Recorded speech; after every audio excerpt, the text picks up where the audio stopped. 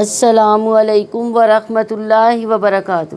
وعلیکم السلام ورحمۃ اللہ وبرکاتہ۔ نحمدہ ونصلی علی رسولہ الکریم، اما بعد فاعوذ باللہ من الشیطان الرجیم، بسم اللہ الرحمن الرحیم۔ رب اشرح لی صدری ویسر لی امری واحلل عقدۃ من لسانی یفقہوا قولی، رب یسر ولا تعسر وتمم بالخیر۔ سورہ نمل۔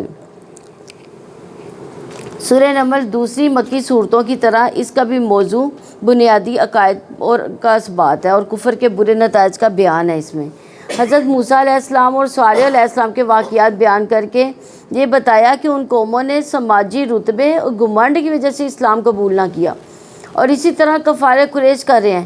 اس کے برعکس سلیمان علیہ السلام کی عظیم بادشاہت کا ذکر کر کے ملکہ بلقیس کا ذکر کیا گیا کہ وہ بھی دولت مند تھی اور ملکہ بھی تھی، لیکن اس نے فوراً حق کو قبول کر لیا۔ بسم اللہ الرحمن الرحیم۔ طاسین تلک آیات الکتاب و کتاب مبین۔ سورہ نمل مکی ہے، اس میں 93 آیات و 7 رکوع ہیں۔ اللہ کے نام سے جو وسیع رحمت والا نہایت رحم والا ہے۔ طاسین، یہ آیات قرآن اور ایک واضح کتاب ہے، مومنوں کے لیے ہدایت اور خوشخبری ہے۔ جو لوگ نماز قائم کرتے ہیں، زکوٰۃ ادا کرتے ہیں اور وہی آخرت پر بھی یقین رکھتے ہیں۔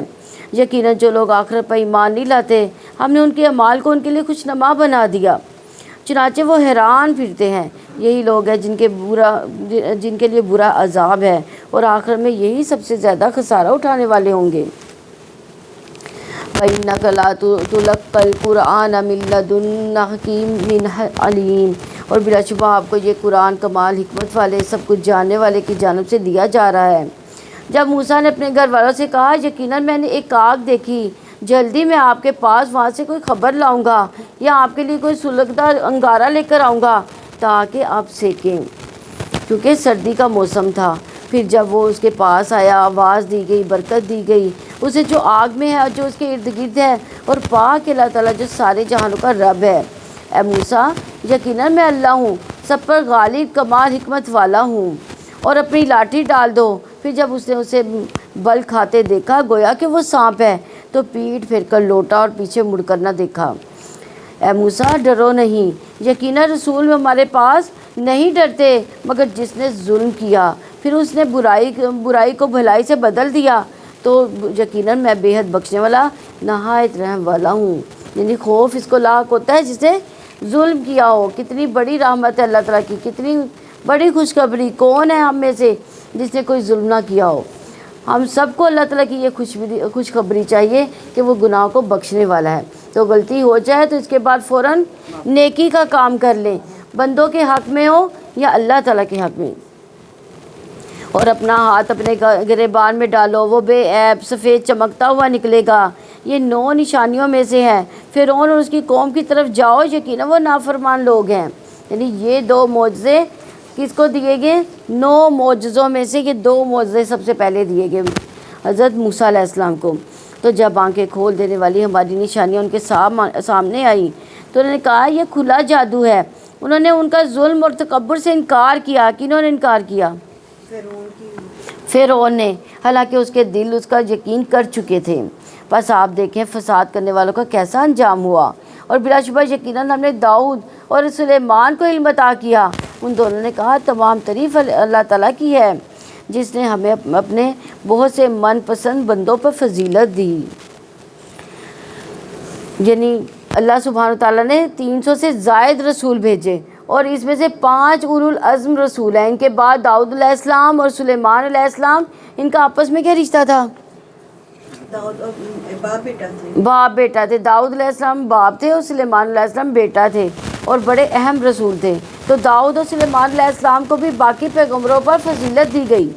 علم بہت بڑی نعمت ہے، حالانکہ ان کے پاس اور بھی بہت کچھ تھا، لیکن اللہ تعالیٰ نے ان کو چیزوں کا ذکر یہاں پہ کیا کہ فضیلت کی بنیاد پر علم کا ذکر کیا گیا۔ اور داؤد کا وارث سلیمان ہوا۔ اس نے کہا اے لوگوں، ہمیں پرندوں کی زبانیں سکھائی گئیں اور ہمیں ہر قسم کی چیزیں عطا کی گئیں۔ بلا شبہ یہ یقیناً کھلا فضل ہے۔ اور سلیمان کے لیے اس کا لشکر جنوں اور انسانوں اور پرندوں میں سے جمع کیا گیا تو ان کے الگ الگ درجہ بندی کر دی گئی، یعنی نہ صرف یہ کہ لشکر اکٹھے کیے گئے بلکہ ہر قسم کے جو اس کے ایک نظم و ضبط اور اس میں ٹریننگ رکھی گئی۔ حتیٰ کہ جب وہ چونٹیوں کی وادی میں آئے تو ایک چونٹی نے کہا، اے چونٹیوں اپنے گھروں میں داخل ہو جاؤ، کہیں سلیمان اور اس کے لشکر تمہیں کچل نہ ڈالے اور وہ شعور ہی نہ رکھتے ہوں۔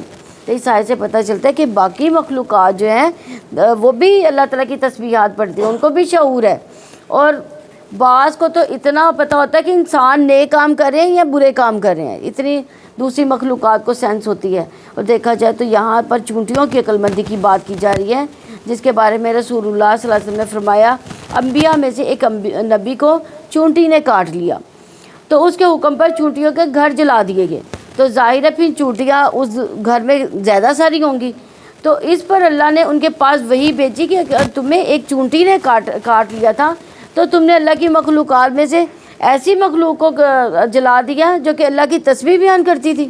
تو اس لیے جو مخلوقات ہیں ان کا بھی حق ہے زمین پر جینے کا، ان پیغمبر کو پتہ نہیں ہوگا اس لیے انہوں نے ایسا کیا ہوگا۔ تو سلیمان ان کی بات پر مسکرائے، ہنس پڑا اور کہنے لگا، اے میرے رب، مجھے توفیق دے کہ میں تیری نعمت کا شکر ادا کروں جو تو نے مجھ پر اور میرے والدین پر کی، اور میں ایسا نیک عمل کروں جسے تو پسند کرے، اور مجھے اپنی رحمت سے اپنے نیک بندوں میں داخل فرما لے۔ یعنی کیا دعا ہے؟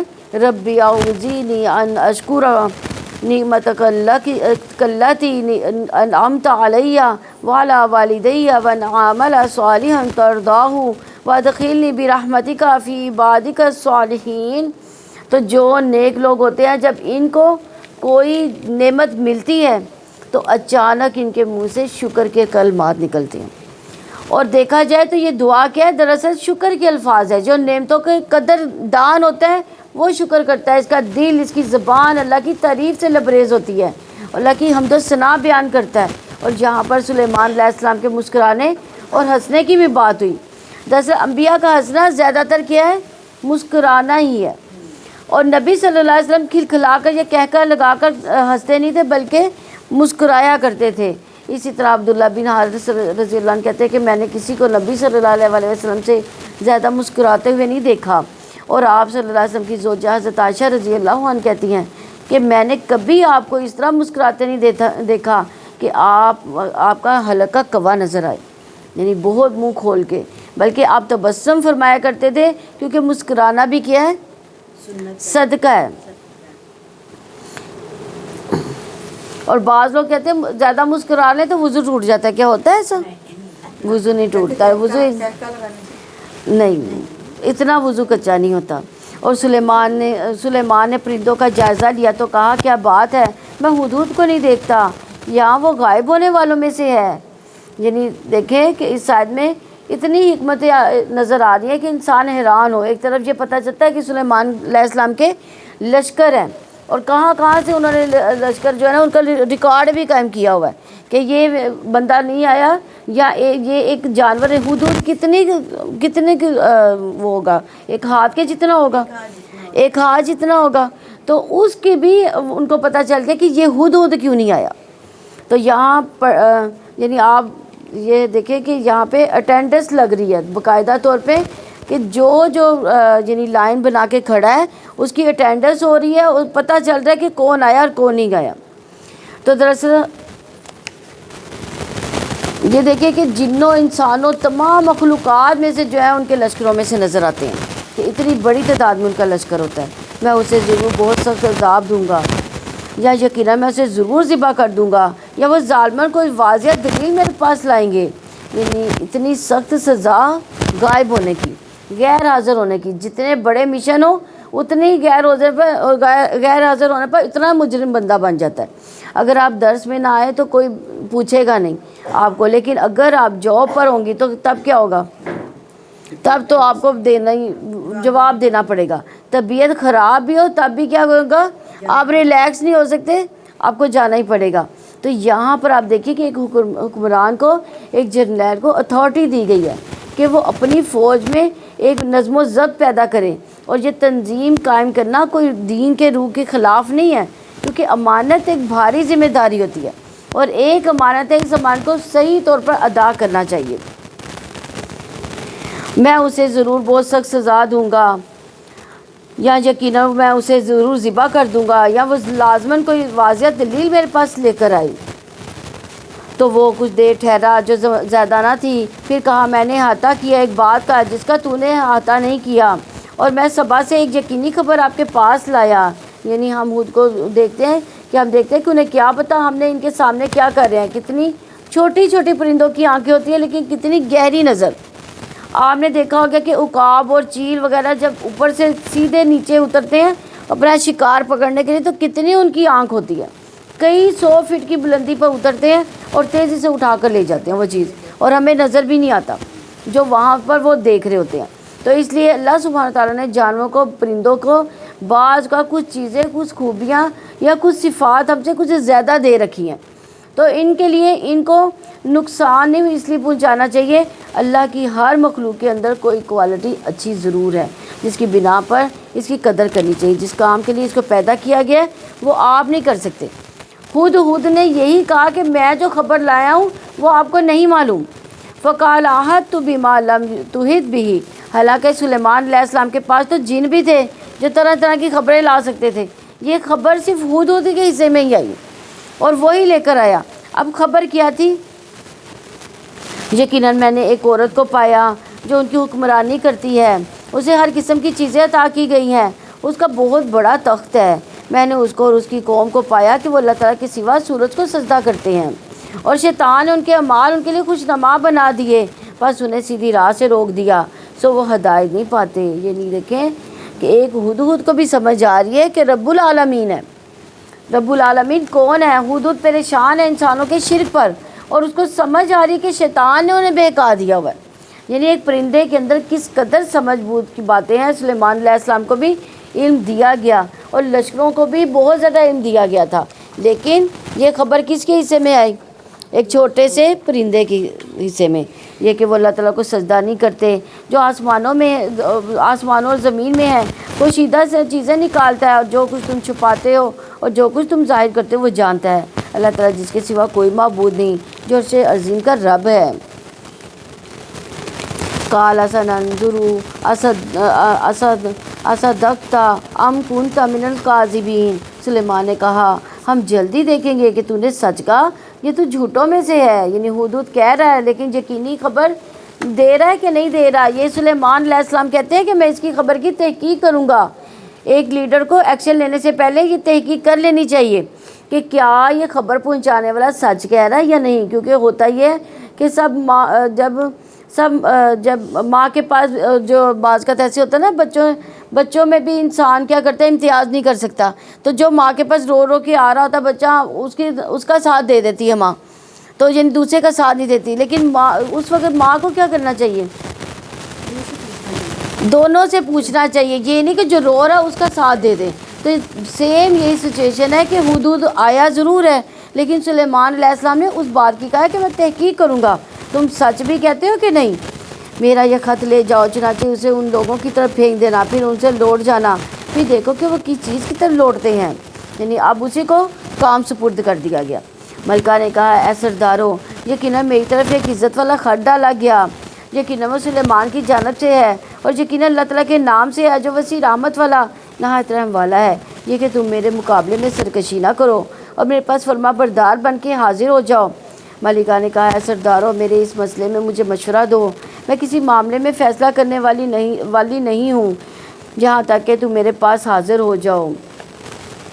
یعنی اچھے لیڈر کی کوالٹیز بتائی گئی ہے کہ اپنے ساتھیوں سے مشورہ کرتے ہیں، اعتماد دیا جا رہا ہے، کانفیڈنس دیا جا رہا ہے۔ وہ بھی کتنے اچھے ساتھی ہیں کہ اپنی قوت کا اظہار کر کے اتھارٹی کس کو دے رہے ہیں؟ ملکہ کو، کہ فیصلہ، فائنل فیصلہ آپ کا ہے۔ جس قوم کے اندر یہ نہ ہو اس کے کام کبھی نہیں سنورتے۔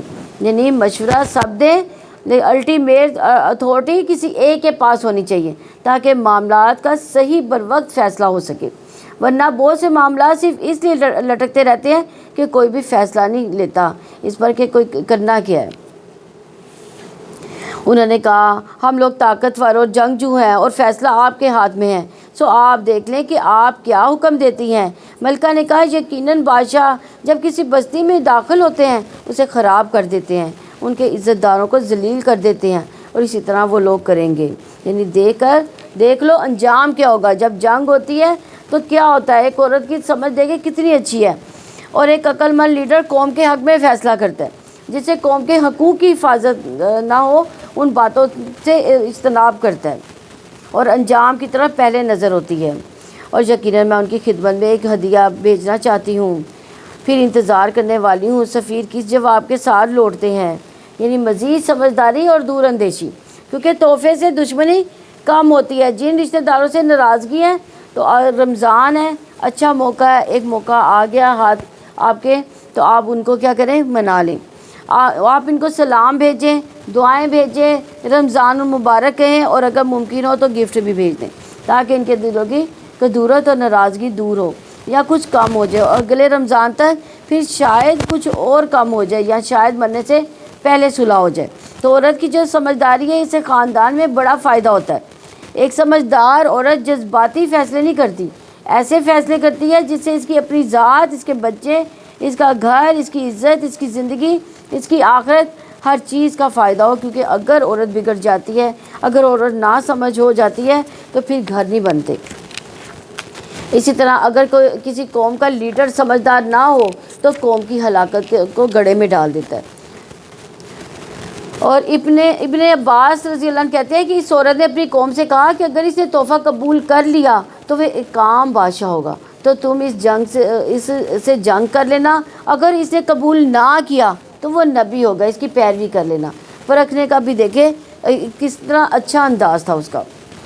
جب سلیمان کے پاس آیا تو اس نے کہا کیا میری مدد تم لوگ مال سے کرنا چاہتے ہو؟ یعنی تحفہ آ گیا سلیمان علیہ السلام کے پاس، تو جو اللہ تعالیٰ نے مجھے دیا وہ اس سے زیادہ بہتر ہے جو اس نے تمہیں دیا، بلکہ تم ہی اپنے تحفے سے خوش ہوتے رہو، لوٹ جاؤ ان کے پاس، پھر ہم ضرور ان پر ایسے لشکر لے کر آئیں گے جن کا وہ مقابلہ نہ کر سکیں گے، اور ہم انہیں لازماً وہاں سے بے عزت کر کے نکالیں گے اور بہت خوار ہوں گے۔ سلیمان نے کہا اے سردارو، تم میں سے کون اس کا تخت میرے پاس لاتا ہے اس سے پہلے کہ وہ متی ہو کر میرے پاس آئیں۔ یعنی اب سلیمان کی بھی سمجھداری دیکھیں۔ جنوں میں سے ایک دو نے کہا میں اسے اس سے بھی پہلے لے آتا ہوں کہ آپ اپنی جگہ سے اٹھیں، اور یقیناً میں اس پر قوت رکھنے والا امانت دار ہوں۔ جس شخص کے پاس کتاب کا علم تھا اس نے کہا میں اسے آپ کے پاس اس سے پہلے لے آتا ہوں کہ آپ کی نظر آپ کی طرف لوٹیں۔ چنانچہ جب اس نے تخت کو اپنے پاس رکھا ہوا دیکھا تو کہا یہ میرے رب کے فضل میں سے ہے، تاکہ مجھے آزمائے کہ میں شکر ادا کرتا ہوں یا ناشکری کرتا ہوں، اور جو کوئی شکر کرے تو یقیناً وہ اپنے ہی لیے شکر کرتا ہے، اور جو کچھ ناشکری کرے تو یقیناً میرا رب بڑا بے پرواہ، بڑا کرم کرنے والا ہے۔ تو اس سے پتہ چلتا ہے کہ جنوں کے اندر بھی درجات ہیں، کچھ معمولی ہوتے ہیں، کچھ بڑے، کچھ دیو عقل، کچھ اس سے بھی بڑے افریت والے، اور اتنی زیادہ قوت، اور اس میں علم کی قوت بھی ہے۔ علم کے ساتھ انسان جو فیصلے کرتا ہے وہ بہتر کرتا ہے۔ تو اس آیت سے پتہ چلتا ہے کہ نعمت پا کر طرز عمل کیا ہونا چاہیے انسان کا،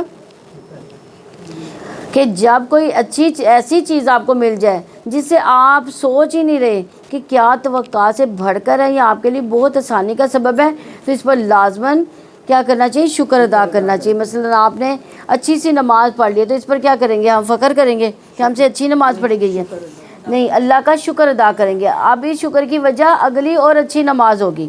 تو نیکی کے کاموں کی توفیق ملنے پر شکر ادا کرتے رہے، بندوں کی خدمت کے، یا ویسے ہی کوئی فیصلہ یا کوئی اچھی بات اللہ تعالیٰ آپ سے کروا لے تو اس پر اللہ تعالیٰ کا شکر ادا کریں، اور کہیں ھذا من فضل ربی، کہ اپنی کوشش کو کچھ نہ سمجھیں بلکہ یہ اللہ تعالیٰ کی عنایت سمجھیں۔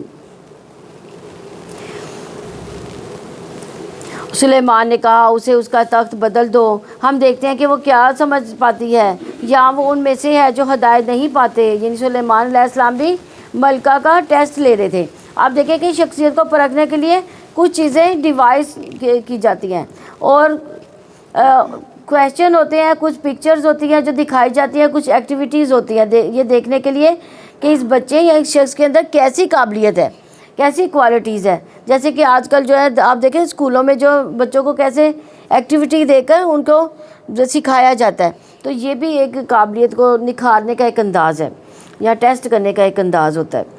پھر جب ملکہ آئی تو کہا گیا کیا تمہارا تخت ایسا ہی ہے؟ اس نے کہا شاید یہ وہی ہے، اور ہمیں تو اس سے پہلے علم عطا کیا گیا تھا اور ہم فرما بردار تھے، اور اسے ان چیزوں نے روک رکھا تھا جن کی وہ اللہ تعالیٰ کے سوا عبادت کرتی تھی۔ یقیناً وہ کافر قوم میں سے تھی، یعنی وہ تھی تو اچھی لیکن اس کا ماحول نہیں تھا کہ جس سے وہ ہدایت پاتی۔ اس کے پاس کوئی پیغمبر نہیں آیا تھا، تو سلیمان علیہ السلام اس کی ہدایت کا ذریعہ بن گئے۔ اس نے کہا کیا محل میں داخل ہو جاؤں؟ پھر جب اس نے اسے دیکھا تو اس کا گہرا پانی خیال کیا اور اسے اپنی دونوں پنڈلیوں سے کپڑا کھول دیا۔ سلیمان نے کہا یقیناً یہ ایک محل ہے، شیشوں سے بنایا گیا۔ ملکہ نے کہا اے میرے رب، یقیناً میں اپنی جان پر ظلم کیا اور میں سلیمان کے ساتھ اللہ رب العالمین کی فرما بردار ہو گئی۔ یعنی فوراً ہی انہوں نے کیا کیا؟ ایمان لے آئی وہ۔ اب لیٹسٹ ٹیکنالوجی میں آپ دیکھیں کہ فلور شیشے کے بن رہے ہیں، لیکن اس دور میں کب شیشے کے بنتے ہوں گے؟ تو وہ کیا محل تھا؟ وہ پانی پر محل تھا، اور یہ جدید ٹیکنالوجی آج کل جو ہے اس طرح سے بنا رہی ہے۔ تو آپ دیکھیں باقی پیغمبروں کے برعکس انہوں نے جہاں دعوت دی تو وہ دعوت آسانی سے قبول ہو گئی۔ تو کبھی ایسا بھی ہوتا ہے، ضروری نہیں کہ سارے لوگ انکار ہی کریں، کبھی دعوت آسانی سے قبول بھی ہو جاتی ہے۔ اور ہم نے سمود کی طرف ان کے بھائی صالح کو بھیجا یہ کہ اللہ تعالیٰ کی عبادت کرو، تو یکا یک وہ دو فریق تھے کہ آپس میں جھگڑ رہے تھے۔ صالح نے کہا اے میری قوم، تم لوگ بھلائی سے پہلے برائی کے لیے جلدی کیوں کرتے ہو؟ کیوں نہیں تم اللہ تعالیٰ سے مغفرت طلب کرتے تاکہ تم پر رحم کیا جائے؟ انہوں نے کہا ہم تمہیں اور تمہارے ساتھیوں کو منحوس سمجھتے ہیں۔ صالح نے کہا تمہاری نحوست تو اللہ تعالیٰ کے پاس ہی ہے، بلکہ تم لوگ فتنے میں مبتلا کر دیے گئے ہو۔ اس شہر میں 9 جتھے دار تھے جو زمین میں فساد پھیلاتے تھے اور کوئی اصلاح کا کام نہ کرتے تھے۔ انہوں نے کہا تم لوگ اللہ تعالیٰ کی قسم کھاؤ، ہم اس پر اور اس کے گھر والوں پر ضرور شب خون ماریں گے، پھر ہم ضرور اس کے وارث سے کہہ دیں گے کہ ہم اس کے گھر والوں کو ہلاکت کے موقع پر موجود نہ تھے اور ہم بلا شبہ سچے ہیں۔ انہوں نے ایک خفیہ تدبیر کی اور ہم نے بھی ایک خفیہ تدبیر کی، اور وہ شعور نہیں رکھتے تھے۔ پھر آپ دیکھیں ان کی خفیہ تدبیر کا انجام کیسا ہوا۔ یقیناً ہم نے ان کو اور ان کی پوری قوم کو تباہ کر کے رکھ دیا، پھر یہ رہے ان کے گھر ویران پڑے ہیں اس وجہ سے کہ انہوں نے ظلم کیا۔ یقیناً اس میں ایک نشانی ہے ان کے لیے جو جانتے ہیں، یعنی ظلم گھروں کو تباہ کرنے کا باعث بنتا ہے۔ تو رات میں آتا ہے کہ اے آدم کے بیٹے ظلم نہ کر، یہ تیرے گھر کو تباہ کر دے گا۔ جو مرد حضرات ظالم ہوتے ہیں، بیویوں پر ظلم کرتے ہیں، بچوں پر ظلم کرتے ہیں، تلخ زبان استعمال کرتے ہیں، گالی گلوچ کرتے ہیں، ان کے گھر نہیں بستے۔ اسی طرح جو عورت بد زبان ہوتی ہے، سختی کا معاملہ کرنے والی ہوتی ہے، اس کا بھی نبھا نہیں ہو پاتا۔ تو آپ دیکھیے بادل کس طرح ایک دوسرے کے اندر ضم ہو جاتے ہیں، بارش برساتے ہیں جو رحمت اور برکت لاتی ہے، نرمی کی وجہ سے اکٹھے ہوتے ہیں، ایک دوسرے میں مل جاتے ہیں۔ تو نرمی خیر ہی لاتی ہے، آپس میں انسان ایک دوسرے میں شیر و شکر ہو جاتے ہیں، باہم ایک دوسرے سے مشورہ کرتے ہیں، ایک دوسرے پر اعتماد کرتے ہیں، ایک دوسرے کی کیئر کرتے ہیں، اس طرح گھر آباد ہوتے ہیں، نسلیں آباد ہوتی ہیں۔ تو اسی لیے ہم میں سے ہر ایک کو دیکھنا چاہیے کہ کسی بھی درجے پر اگر سختی ہے تو ہمارے مزاجوں میں اس کے اندر نرمی لانی پڑے گی، ورنہ بدوائیں دینا، گالیاں دینا یا بری بری باتیں کرنا یہ عمل انسان کو ہلاکت میں ڈال دیتا ہے۔ تو ظلم حرام ہے، قیامت کے دن بھی نقصان کا باعث ہوگا، ظلم کے نتیجے میں نیکیاں بھی کام نہیں آئیں گی۔ اور ہم نے ان لوگوں کو نجات دی جو ایمان لایا، وہ اللہ تعالیٰ سے ڈرتے تھے۔ اور لوط کو جب اس نے اپنی قوم سے کہا کیا تم بے حیائی کو آتے ہو اور حالانکہ تم دیکھتے ہو، کیا تم عورتوں کی بجائے مردوں کے پاس شہوت سے آتے ہو، بلکہ تم لوگ جہالت برتتے ہو، تو اس کی قوم کا جواب اس کے سوا کچھ نہ تھا کہ انہوں نے کہا اپنی بستی سے لوط کے گھر والوں کو نکال دو، لیکن وہ بڑے پاک باز بنتے ہیں۔ پھر ہم نے اس کو اور اس کے گھر والوں کو نجات دی، سوائے اس کی بیوی کے جس کے لیے ہم نے طے کر دیا تھا کہ وہ پیچھے رہ جانے والوں میں سے ہوگی۔ اور ہم نے اس پر بارش برسائی، زبردست بارش، سو ڈرائے جانے والوں کی بہت ہی بری بارش تھی۔ آپ کہہ دیں سب تعریف اللہ تعالیٰ کے لیے ہے، اور سلام اس کے ان بندوں پر جنہوں نے اس نے چن لیا۔ کیا اللہ تعالیٰ بہتر ہے یا وہ جنہیں یہ لوگ شریک بناتے ہیں؟ تو واضح نصیحت سے پہلے اللہ کی حمد و ثنا درود پڑھنا ضروری ہے، کیونکہ آیت میں دونوں چیزیں آ گئی۔ کون سی؟ قل الحمد للہ وسلم علی عباد الذین اصطفیٰ.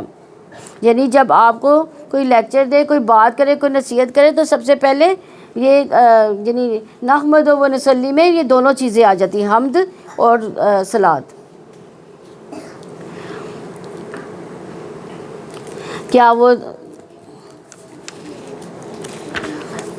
امن خلق السماوات والارض وانزل لكم من السماء ماء فانبتنا به حدائق ذات بهجة ما كان لكم ان تنبتوا شجرها أإله مع الله بل هم قوم يعدلون. کیا وہ شریک بہتر ہے یا وہ جس نے آسمان و زمین کو پیدا کیا اور تمہارے لیے آسمان سے پانی اتارا، پھر ہم نے اس سے رونق والے باغات اگائے، تمہارے بس میں نہ تھا کہ تم اس کے باغوں کو اگاتے.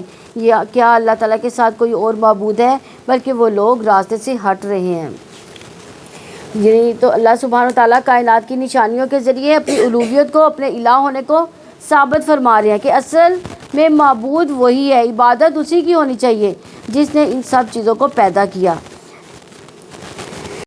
جس نے ان سب چیزوں کو پیدا کیا، جس نے آسمان زمین بنائے، آسمانوں کی مخلوقات بنائی، زمین پر طرح طرح کی مخلوقات پیدا کی، پھر آسمان سے پانی برسایا، پھر اس کے ذریعے باغات اگائے جس میں طرح طرح کے پھل پھول ہیں. یہ سب کچھ تمہارے بس میں نہ تھا. کیا آسمان بنانا کسی کے بس میں ہے؟ کیا زمین بنانا کسی کی ہمت میں ہے؟ یا زمین پر درخت اگانا؟ اگر اللہ نہ اگانا چاہے، لیکن بہت دفعہ ایسا ہوتا ہے کہ ہم درخت لگاتے ہیں، سارے اسباب مہیا کر دیتے ہیں، درخت بڑھتے نہیں، جل جاتے ہیں، وہی پھلتے پھولتے ہی نہیں ہیں لیکن وہی درخت پھلتا پھولتا ہے، بڑھتا ہے جس کو اللہ بڑھانا چاہے. دیکھا جائے تو یہ ساری چیزیں اس بات کی دلیل ہے کہ صرف اللہ ہی خالق ہے، وہی مالک ہے، وہی رازق ہے. اس لیے وہی دراصل الہ ہے، وہی معبود ہے. کہ کیا اللہ کے ساتھ کوئی اور بھی اس کام میں شریک ہے؟ نہیں، بلکہ یہ لوگ ناانصافی سے کام لے رہے ہیں کہ خالق تو وہ، رازق تو وہ، پھر انسان اس کو چھوڑ کے دوسروں کی عبادت کیوں کرے، غیروں کی عبادت کیوں کرے. تو یہ الہ کا لفظ بار بار یہاں دہرایا جا رہا ہے. الہ کا لفظ معبود کے معنوں میں آتا ہے. توحید کی 3 اقسام ہے. توحید ایک الوہیت، یعنی توحید کی ایک قسم توحید الوہیت ہے، دوسری ربوبیت، تیسری اسماء و صفات. تو یہاں توحید الوہیت کو ثابت کیا جا رہا ہے. اس کا معنی ہوتا ہے کہ اللہ کو ایک معبود ماننا، وَاعْبُدُوا اللَّهَ وَلَا تُشْرِكُوا بِهِ شَيْئًا. اور اس بات کو اچھی طرح یاد رکھنا چاہیے کہ اللہ کے سوا کوئی الہ نہیں. تمہارا الہ ایک ہی الہ ہے، اس کے سوا کوئی الہ نہیں. وہ نہایت مہربان، بڑا رحم کرنے والا ہے. تو جو خالق ہے وہی دراصل عبادت کا بھی پھر مستحق ہوا. مشرکین مکہ اللہ کو خالق تو مانتے تھے لیکن اللہ کے الہ ہونے میں شرک کرتے تھے، یعنی اوروں کو بھی اپنی عبادت میں شریک کرتے، ان کے نام کی نظر نیاز چڑھاتے، ان کے آگے سجدے کرتے، ان سے دعائیں کرتے. تو اسی لیے رسول اللہ صلی اللہ علیہ وسلم نے آ کر سب سے پہلے اس بنیادی خرابی کو دور کیا. اور جب انسان کا یہ عقیدہ درست ہو جاتا ہے کہ میرا پیدا کرنے والا ایک اللہ ہے، تو پھر اس کی ساری توجیہات اس کی طرف ہو جاتی ہیں. پھر اسی کو وہ کی بات مانتا ہے، اس کی خاطر وہ زمین پر چلتا پھرتا ہے، جیتا ہے. تو اس لیے جب تک انسان کا عقیدہ درست ہوگا تو توحید انسان کے اندر راسخ ہوگی. اس وقت ہی راسخ ہو سکتی ہے جب تک عقیدہ درست ہو جاتا ہے. تو اس وقت تک اس کا اخلاق، اس کی عبادات، اس کے معاملات، اس کا باقی طرز عمل زندگی درست نہیں ہو سکتا. تو یہ وہ بنیادی بیج ہے جس پر اسلام کے درخت کی خوبصورتی کا انحصار ہے. تو تمام انبیاء کا بنیادی جو دعوت تھی وہ کیا تھی؟ توحید. اور نبی صلی اللہ علیہ وسلم کی بنیادی دعوت بھی یہی تھی. اور ہم جب دین کی تعلیم دیں، تبلیغ کریں، تو لوگوں کے اندر سب سے پہلے اسی الوہیت کے سبق کو پکا کرنا چاہیے کہ سچے دل سے اللہ کو اپنا الہ مانے، کیونکہ اسی کی وجہ سے انسان آخرت میں نجات پائے گا. اور اگر اللہ کے سوا دوسروں کی طرف متوجہ ہوتا ہے تو یہ چیز انسان کے اندر بے چینی بھی پیدا کر دیتی ہے. آخرت میں اس کا انجام بھی کیا ہوتا ہے؟ بھیانک ہو جاتا ہے. یا وہ جس نے زمین کو ٹھہرنے کی جگہ بنایا، اس کے درمیان دریا بنائے، اس کے لیے پہاڑ بنائے اور 2 سمندروں کے درمیان ایک آڑ بنائی. کیا اللہ تعالیٰ کے ساتھ کوئی اور معبود ہے؟ بلکہ ان میں سے اکثر لوگ نہیں جانتے. یعنی اب تو ہم جانتے ہیں کہ زمین ہر دم حرکت کر رہی ہے. جس وقت یہ قرآن نازل ہوا تھا اس وقت کوئی نہیں جانتا تھا. یعنی اپنے مدار کے اندر بھی گردش کر رہی ہے اور ویسے بھی خلا میں بھی فلوٹ کر رہی ہے، اس کے باوجود ہم اس پر کیا کرتے ہیں، سکون سے بیٹھ بھی رہے ہیں، سوتے بھی ہیں، کھاتے پیتے، اور پھر فرمایا 2 سمندروں کے درمیان بھی پردہ ڈال دیا گیا، یعنی 2 طرح کا رنگ ہے، 2 طرح کے ذائقے، اور 2 یعنی ایک ٹھنڈا اور ایک گرم، اور کیسے دوسرے کے ساتھ ملتے ہی نہیں ہیں، ایک دوسرے کے ساتھ جا رہے ہیں لیکن ملتے نہیں ہیں، تو یہ اللہ تعالیٰ کے الہ ہونے کو ثابت کرتا ہے۔ سبحان اللہ۔ کیا وہ جو بے قرار کی دعا قبول کرتا ہے، جب وہ اسے پکارتا ہے اور وہ تکلیف دور کرتا ہے اور تمہیں زمین کا جانشین بناتا ہے، کیا اللہ تعالیٰ کے ساتھ کوئی اور معبود ہے؟ تم کو بہت کم نصیحت حاصل کرتے ہو، یعنی انسان کے اوپر آنے والی تکلیفوں کو دور کرنے والا بھی کون ہے؟ اللہ تعالیٰ۔ اسی طرح زمین پر اس نے تمہیں باری باری پیدا کی ہے، سوچے اگر آدم علیہ السلام سے لے کر اب تک کے تمام جو ہے انسان زندہ ہوتے تو کیا حالت ہوتی زمین کی۔ ابھی ہم آبادی کے مسئلے سے نبٹ نہیں پا رہے تو پھر کیا معاملہ ہوتا، کتنے پریشانی ہوتی، کتنے وسائل کا جو ہے نا وہ حل ہوتا، لیکن انسانوں کے انتظامات اس وقت بھی فیل ہو جاتے اگر، اور سڑکیں کم ہو جاتی ہے، آبادیاں کم ہو جاتی، باقی چیزیں بھی کم ہو جاتی، تو انسان کے لیے یہ بہت بڑی رحمت ہے، تو جس کا یہاں پہ تذکرہ کیا جا رہا ہے۔ وَيَجْعَلُكُمْ خُلَفَاءَ الْأَرْضِ أَإِلَٰهٌ مَّعَ اللَّهِ قَلِيلًا مَّا تَذَكَّرُونَ۔ اور اسی طرح پھر ہے ایک جنریشن کے بعد ایک جنریشن، اور یہ ٹرانزیشن اور یہ سموتھ طریقے سے ہو رہی ہے، یعنی غیر محسوس طریقے سے، یعنی ہم پہلے جاتے جا رہے ہیں، آگے آتے جا رہے ہیں، یعنی ہمیں محسوس بھی نہیں ہو رہا، اور آہستہ آہستہ یہ کیسے پورا جو ماحول ہے وہ چینج ہوتا ہے۔ تو پھر خاص طور پر یہاں جو بے قرار کی دعا سننے کی بات ہے کہ اس سے پتہ چلتا ہے کہ اخلاق سے تڑپ کر دعا جو ہے کی گئی وہ جو ہے وہ قبول ہوگی، خواہ وہ کوئی غیر مسلم ہی کیوں نہ مانگے۔ تو اگر ہم چاہتے ہیں کہ ہماری دعائیں قبول ہو تو کیا کرنا، پھر اس تڑپ کے ساتھ دعا کریں، یعنی اللہ سبحانہ تعالیٰ نے یہاں ایک طرح سے ضمانت دی ہے، ایک خبر دی ہے کہ اگر لاچار اسے پکارے گا تو اس کی پکار ضرور قبول کرے گا۔ یعنی جب اخلاص آتا ہے، انسان کے اندر تڑپ آتی ہے، تو انسان سب سے کٹ جاتا ہے، سارے شریک بھول جاتے ہیں، صرف ایک اللہ کو یاد جو ہے وہ باقی رہتی ہے، پھر انسان اسی کی پناہ چاہتا ہے، اسی کی مدد چاہتا ہے۔ تو اسے پتہ چلتا ہے اخلاص بہت ہی ویلیبل اور میزان میں بھاری چیز ہے، اور یہ اخلاص کسی کی طرف سے بھی ہو، اللہ تعالیٰ کو بہت پسند ہے۔ کوئی اللہ تعالیٰ کا اطاعت گزار ہو یا نافرمان ہو، یعنی دیکھیں ابلیس جو تھا وہ اللہ تعالیٰ کا نافرمان تھا، لیکن اللہ تعالیٰ نے اس کی بھی دعا قبول کر لی تھی۔ کیا دعا قبول کی تھی؟ ہاں، مہلت مانگی تھی۔ تو اگر ہمیں یہ احساس بھی ہو کہ ہم بہت نیک نہیں ہیں، تو ہم بڑے گناہ گار ہیں، ہماری دعا نہیں سنی جائے گی، تو اپنے اندر اخلاص پیدا کر لیں، اب تڑپ کر رو کر گر گرا کر دعا مانگا کریں، تو انشاءاللہ اللہ تعالیٰ آپ کی بھی سنے گا ضرور، کیونکہ جب کوئی اللہ کو پکارتا اور کہتا ہے تو ہی میرا اللہ ہے، تیرے سوا کہاں جاؤں، کوئی اور نہیں میری مدد کرنے والا، میری ساری توقعات امیدیں تجھ سے ہی ہے، میرا بھروسہ میرا توکل تجھ پر ہے، تو تو نہیں کرنا، تو پھر جب ہم ایسے کہتے ہیں تو نہیں کرنا، تو یہی اخلاص ہے کہ ہم سب سے کٹ جاتے ہیں، صرف اللہ تعالیٰ سے مانگ رہے ہیں۔ یا وہ جو تمہیں خشکی اور سمندر کے اندھیروں میں راستہ دکھاتا ہے، اور جو اپنی رحمت کے آگے ہواؤں کو خوشخبری بنا کر بھیجتا ہے، کہ اللہ تعالیٰ کے ساتھ کوئی اور معبود ہے؟ اللہ تعالیٰ بہت بلند اور برتر ہے اس سے جو شرک کرتے ہیں۔ یا وہ جو تخلیقی ابتدا کرتا ہے پھر اس کا اعادہ کرتا ہے، اور وہ جو تمہیں آسمان اور زمین میں رزق دیتا ہے، کیا اللہ تعالیٰ کے ساتھ کوئی اور معبود ہے؟ آپ کہتے ہیں لاؤ اپنی دلیل اگر تم سچے ہو، یعنی اگر تم غیر اللہ کی طرف رغبت رکھتے ہو، اس کی طرف مائل ہو، تو کوئی دلیل لاؤ کہ واقعی انہوں نے بھی کوئی کارنامہ کیا یا انہوں نے بھی کچھ پیدا کیا۔ تو یہاں انڈائریکٹلی اس بار کی طرف بھی یاد دہانی کرائی گئی ہے کہ جس نے پہلی بار پیدا کیا وہ پھر بھی کر سکتا ہے، پھر تمہارا حساب بھی لے سکتا ہے۔ آپ کہہ دیں کہ اللہ تعالیٰ کے سوا آسمان و زمین میں جو بھی ہے غیب نہیں جانتا، اور وہ شعور ہی نہیں رکھتے کہ کب وہ اٹھائے جائیں گے، یعنی اللہ تعالیٰ کے سوا کسی کو بھی یہ نہیں پتا کہ مرنے کے بعد دوبارہ کب اٹھایا جائے گا، ایون کہ نبی انبیاء علیہ السلام کو بھی نہیں پتا تھا، بلکہ ان کا آخرت کے بارے میں علم ختم ہو گیا، بلکہ وہ اس کے بارے میں شک میں ہیں، بلکہ وہ اس سے اندھے ہیں۔ تو اس سے پتہ چلتا ہے آخرت کا علم، قیامت کے آنے کا علم صرف اور صرف کس کو پتہ ہے؟ اور اس علم کو نہ انبیاء کو بتایا گیا نہ فرشتوں کو بتایا گیا۔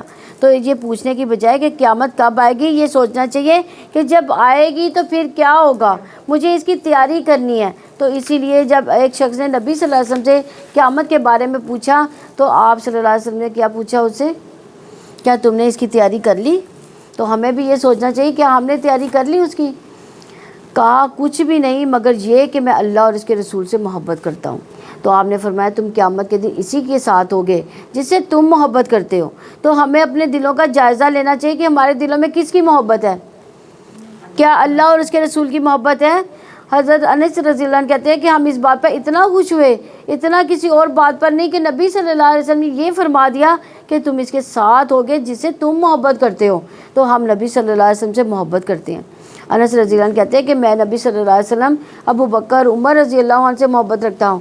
مجھے امید ہے کہ میں اپنی اس محبت کی وجہ سے انہی کے ساتھ ہوں گا، اگرچہ میرے عمل ہی جیسے نہیں۔ تو اصل میں انسان جس سے محبت کرتا ہے پھر اس کو کیا بناتا ہے؟ اپنا آئیڈیل بنا لیتا ہے، اور پھر اس جیسا لاشعوری طور پر بننے کی کوشش بھی کرتا ہے۔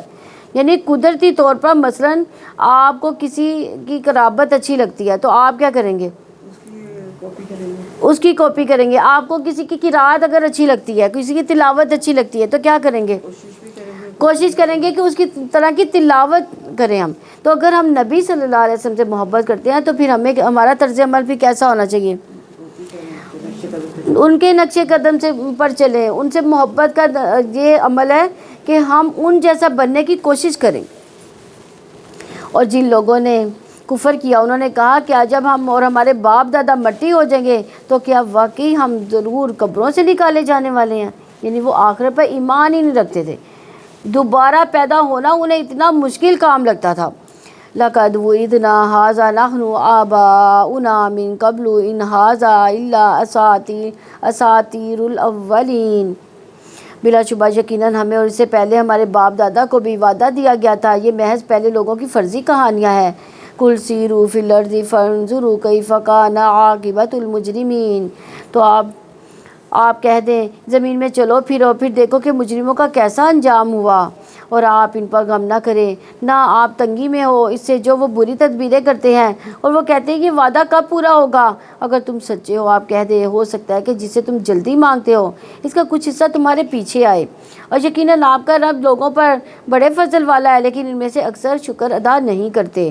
اور یقیناً آپ کا رب جانتا ہے جو ان کے سینے چھپاتے ہیں اور جو ظاہر کرتے ہیں، اور آسمان زمین میں کوئی غائب چیز نہیں مگر ایک واضح کتاب میں ہے۔ یعنی لوہے محفوظ میں لکھے ہونے کا مطلب کیا ہے کہ اللہ سبحانہ تعالیٰ نے ہر چیز کو ریکارڈ کر رکھا ہے، یعنی ہر چیز کا حساب کر رکھا ہے۔ حساب کیوں رکھتے ہیں؟ یعنی دو طرح کے معاملات ہوتے ہیں حساب میں۔ ایک حساب آپ لکھ کر رکھتے ہیں کہ ایک حساب کو آپ چھوڑ دیتے ہیں، یعنی ایک کو لکھتے ہیں ایک کو چھوڑ دیتے ہیں۔ کس کو لکھ کر رکھتے ہیں؟ جس کو فالو اپ کرنا ہوتا ہے، جس کو یعنی وہ جیسے کہ ہمارا نامہ اعمال اللہ تعالیٰ کیوں لکھ رہے ہیں؟ کیونکہ ہم سے ہمارے نامہ اعمال کے بارے میں حساب ہوگا۔ تو یہ سب کچھ لکھا جا رہا ہے، اس کا مطلب ہے کہ ان چیزوں کو دوبارہ اٹھا کر بندوں کا حساب ہونا ہے، پھر وہ کتاب حق کے ساتھ گواہی دے گی۔ کون سی کتاب؟ ہمارا ایمان نامہ، اس کی کتاب۔ یقیناً یہ قرآن بنی اسرائیل پر بہت سی ان چیزوں کو بیان کرتا ہے جس کے بارے میں وہ اختلاف کرتے ہیں، اور بے شک وہ مومنوں کے لیے یقیناً ہدایت اور رحمت ہے۔ یعنی اس کی کتاب کی تعریف ہے وَإِنَّهُ وَهُدًى وَرَحْمَةٌ لِّلْمُؤْمِنِينَ۔ اور اگر دیکھا جائے تو یہاں مومنین کے لیے کیوں ہدایت ہے؟ مومنین کے لیے کیوں ہدایت ہے؟ مومنوں کے لیے کیوں رحمت ہے؟ مومنوں کو کیوں خاص کیا گیا؟ اس لیے کہ اس کی ہدایت سے، رحمت سے مومن ہی فائدہ اٹھاتے ہیں، اور ورنہ یہ تو کتاب سارے جہان والوں کے لیے آئی ہے، لیکن جو اس پر ایمان نہیں رکھتا، اس سے ہدایت نہیں حاصل کرتا، تو اس پر ایمان کا تقاضا یہ ہے کہ ہم اسے رہنمائی حاصل کریں۔ ان ربک یقضی بینہم بحکمہ وہو العزیز العلیم۔ یقیناً آپ کا رب اپنے حکم سے ان کے درمیان فیصلہ کرے گا، اور وہی سب کچھ غالب، سب کچھ جاننے والا ہے۔ فتوکل علی اللہ انک علی الحق المبین۔ چنانچہ آپ اللہ تعالیٰ پر بھروسہ رکھے، یقیناً آپ واضح حق پر ہیں۔ یقیناً آپ مردوں کو نہیں سنا سکتے، اور نہ ہی آپ بہروں کو اپنی پکار سنا سکتے ہیں جب وہ پیٹ پھر کر پلٹ جائیں۔ یعنی یہاں کس کو مردہ اور بہرا قرار دیا جا رہا ہے؟ جو حق بات سننے سے غافل ہے۔ یعنی آپ اس شخص کو جو مر چکا ہے، یعنی جس کا دل مردہ ہو چکا، جس پر کوئی بات اثر ہی نہیں کرتی. آپ اس کو کتنا بھی سنا لیں، اس کو کچھ بھی سمجھ نہیں آئے گی. نیند کی حال میں انسان کچھ نہیں سنتا، تو مرنے کے بعد پھر وہ کیسے سن سکتا ہے؟ اور اسی طرح بہرا اگر سامنے دیکھ رہا ہو تو وہ ہونٹوں کی جنبش سے یا اشارے سے بات سمجھ لیتا ہے اگر اس کو سنائی نہ دے رہی ہو. لیکن جو بہرا یعنی بہرا منہ موڑ کر جا رہا ہو، آپ اس کو جتنا بھی چاہیں آوازیں دیں وہ نہیں سن سکتا. تو یہاں کفار کے دلوں کو مردہ اور بہروں سے تعبیر کیا گیا کہ ان پر وحی الہی کا کوئی بات اثر نہیں کرتی. وحی الہی بغیر پیغمبرانہ کو ہر طرح سے انہوں نے یعنی پیغمبروں نے ان کو سنایا، لیکن ان کو سمجھ ہی نہیں آئی، انہوں نے سنا ہی نہیں کچھ بھی. اور نہ آپ اندھوں کو ان کی گمراہی سے راستہ دکھانے والے ہیں. آپ صرف انہیں سنا سکتے ہیں جو ہماری آیات پر ایمان لاتا، چنانچہ وہی فرما بردار ہیں. یعنی جو حق دیکھنے سے بہرے، گونگے، اندھے، آپ ان کو کچھ بھی سنا نہیں سکتے. جو حق دیکھ سکتا ہے، سن سکتا ہے، فہم مسلمون، تو وہی فرما بردار ہیں. اور جب ان پر بات واقعہ ہو جائے گی تو ہم ان کے لیے زمین سے ایک چلنے والا جانور نکالیں گے جو ان سے کلام کرے گا کہ یقیناً فلاں لوگ ہماری آیات پر یقین نہیں رکھتے. یعنی جب زمین میں اتنی گمراہی پھیل جائے گی کہ لوگ حق کو قبول کرنا بالکل چھوڑ دیں گے اور عمل بالمعروف و نہی عن المنکر کرنا بھی چھوڑ دیں گے، تو انسانوں کے اندر سے خیر نکل جائے گی. تو اس کام کے لیے اللہ تعالیٰ ایک جانور زمین سے نکالیں گے. وہ لوگوں سے بات کرے گا اور لوگوں کو سمجھائے گا. اس طرح ایک روایت میں آتا ہے کہ وہ لوگوں کو کچھ نشان لگا دے گا.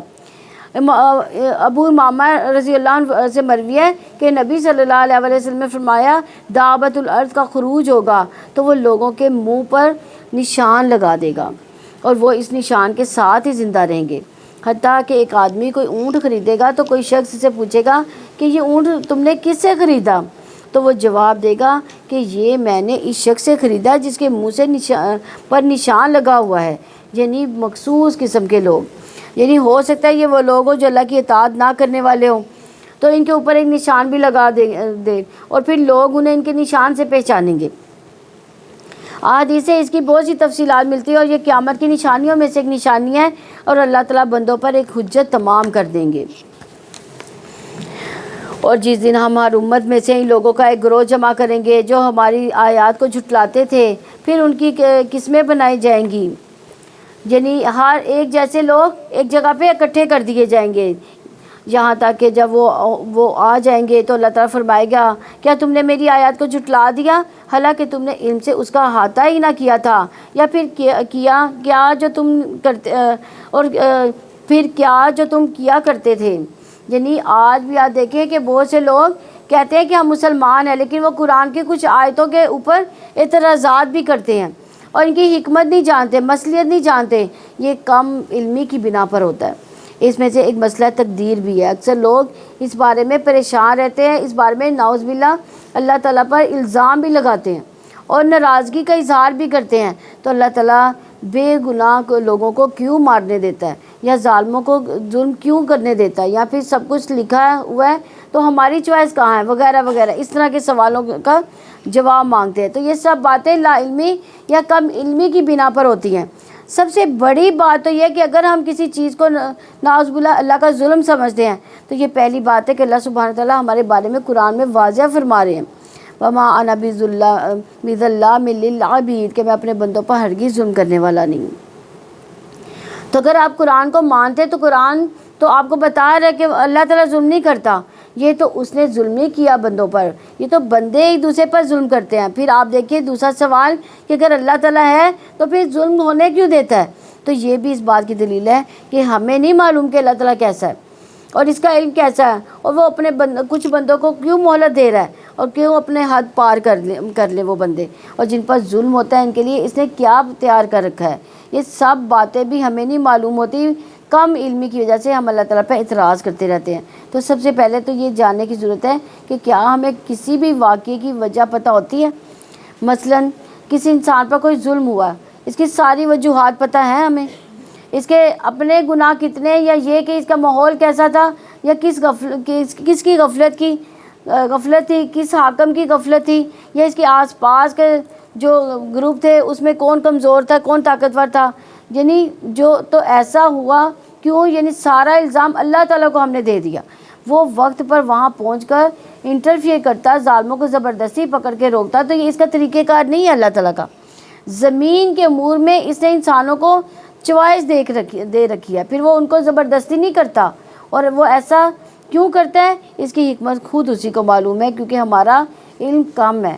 اللہ علیم ہے، حکیم ہے، لیکن ہم علم و حکمت میں بہت کم ہیں. کیونکہ جب ہم اپنے آپ کو زیادہ عقل مند سمجھ لیتے ہیں تو اس لیے ہم فوراً اعتراض شروع کر دیتے ہیں. جب ہم اپنی کم عقلی کا علمی کا اعتراف کریں گے تو ہمیں کہنا ہوگا سبحانک لا علم لنا الا ما علمتنا. پاک ہیں آپ، ہمیں نہیں معلوم کہ جتنا علم آپ نے ہمیں دیا، ہمیں سکھا دیا. تو بہت سے مسئلوں کا حل اسی ایک جملے میں مل جاتا ہے. اور ان پر بعد واقعہ ہو جائے گی اس کے بدلے جو انہوں نے ظلم کیا. چنانچہ وہ کچھ نہ بولیں. کیا انہوں نے نہیں دیکھا کہ یقیناً ہم نے رات بنائی تاکہ لوگ اس میں آرام کریں اور دن کو دکھلانے والا بنایا؟ واقعی اس میں یقیناً بہت سی نشانیاں ان لوگوں کے لیے جو ایمان لاتے ہیں. یعنی اگر لوگ غور و فکر کریں تو دن رات کے آنے جانے میں بہت سے سبق ہیں. اور جس دن سور میں پھونک مار دی جائے گی تو سب گھبرا اٹھیں گے، جو آسمانوں میں ہے جو زمین میں ہے، مگر وہ جسے اللہ تعالیٰ چاہے گا، اور سب اس کے پاس ذلیل ہو کر چلے آئیں گے. یعنی نفخۃ الفزع کہتے ہیں کہ جس میں ایسا ہوگا کہ سب گھبرا جائیں گے. یعنی پہلی آواز پر سب کے اندر ایک شدید خوف، گھبراہٹ پیدا ہو جائے گی. پھر نفخہ صاعق ہوگی. یہ نفخہ وہ ہوگا جس کے بعد سب ہلاک ہو جائیں گے اور جہاں سب مر جائیں گے. اس کے بعد نفخۃ البعث ہوگی جس کے بعد سب دوبارہ جی اٹھیں گے. اور آپ پہاڑوں کو دیکھیں، آپ انہیں جمع ہوا گمان کرو گے حالانکہ وہی بادلوں کے چلنے کی طرح چل رہے ہوں گے. یہ اللہ تعالیٰ کی کاریگری ہے جس نے ہر چیز کو خوب مضبوط بنایا. یقیناً وہ خوب باخبر ہے اس سے جو تم کرتے ہو. اور جو شخص نیکی لے کر آئے گا تو اس کے لیے اس سے بہتر ہے، وہ اس دن گھبراہٹ سے امن میں ہوگا.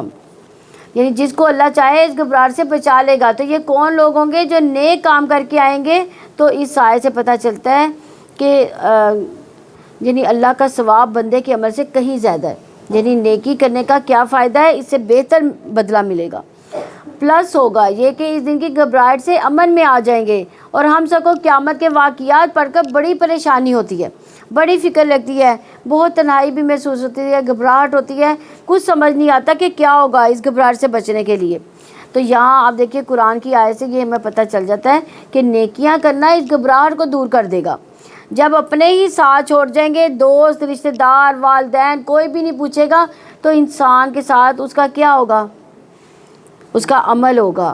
اس لیے ہم سب کو اچھے اعمال کی فکر کرنی چاہیے اور اس میں آگے سے آگے بڑھتے چلے جانا چاہیے.